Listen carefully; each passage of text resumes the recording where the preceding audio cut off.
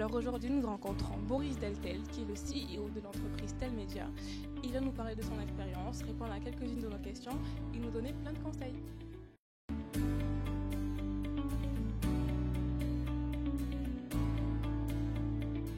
Pour accompagner les clients, aujourd'hui, on a une boîte à outils avec, on va dire, deux entités. La première, la création de contenu. Est-ce qu'ils ont besoin de raconter une histoire? Est-ce qu'ils ont besoin d'être accompagnés là-dessus? Et là, on les accompagne avec notre réseau d'influenceurs. On va pouvoir donc réfléchir à une mécanique, réfléchir à peut-être un petit buzz marketing.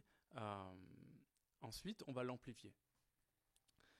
Dans le cas où il n'y a pas besoin de créer de contenu, ils ont déjà une histoire, ils ont déjà tout ce qu'il faut, on va s'occuper que de l'amplification. Dans l'amplification, souvent, c'est des pure players qui ont souvent une application mobile. Et là, on va créer un plan média, mais sur lequel nous ne serons rémunérés qu'au téléchargement de l'application. Donc ce qu'on appelle, c'est de la communication à la performance, où les annonceurs ne vont payer que au résultat. Donc soit ils ont besoin d'un contenu et on l'amplifie après, soit ils font que de l'achat média, que de l'amplification. Et l'amplification, c'est souvent donc la génération de trafic, du téléchargement d'appli, la génération de vidéos vues et toutes ces choses-là. Sur le marketing mobile, comme c'est quelque chose de très récent, beaucoup de choses ont été testées avec pas mal de ratages. Et souvent, quand on regarde le produit, on se rend compte que c'est vraiment le produit qui a retravaillé et pas tous les leviers autour. C'est bien de travailler les contenants, de trouver un super influenceur, de trouver un people, d'essayer d'acheter énormément de téléchargements pour que ça soit numéro 1 des stores.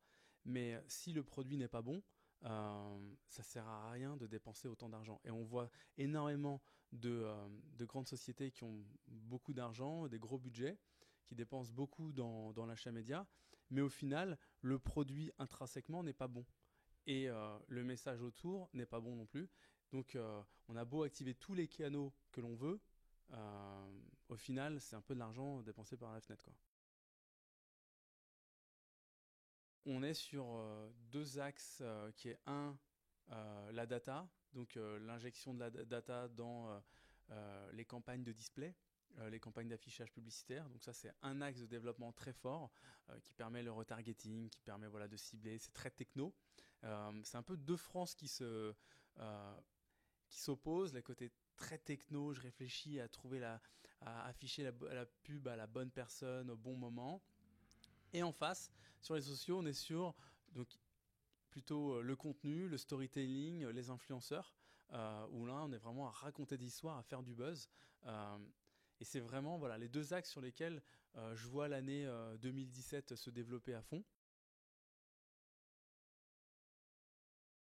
Alors de l'MBA ESG, j'ai donc aujourd'hui un élément très important qui est vraiment une des colonnes vertébrales de la société, qui s'appelle Jean-François Moreno. Il a commencé comme chef de pub alors qu'il avait un background plutôt ingénieur.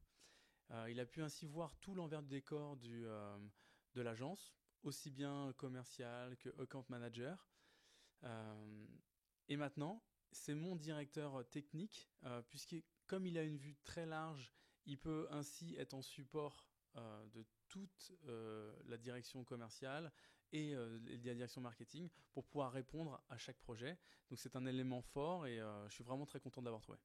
J'espère que notre interview vous a plu et que vous avez appris beaucoup de choses. Alors n'hésitez pas à liker notre vidéo et vous abonner à notre chaîne.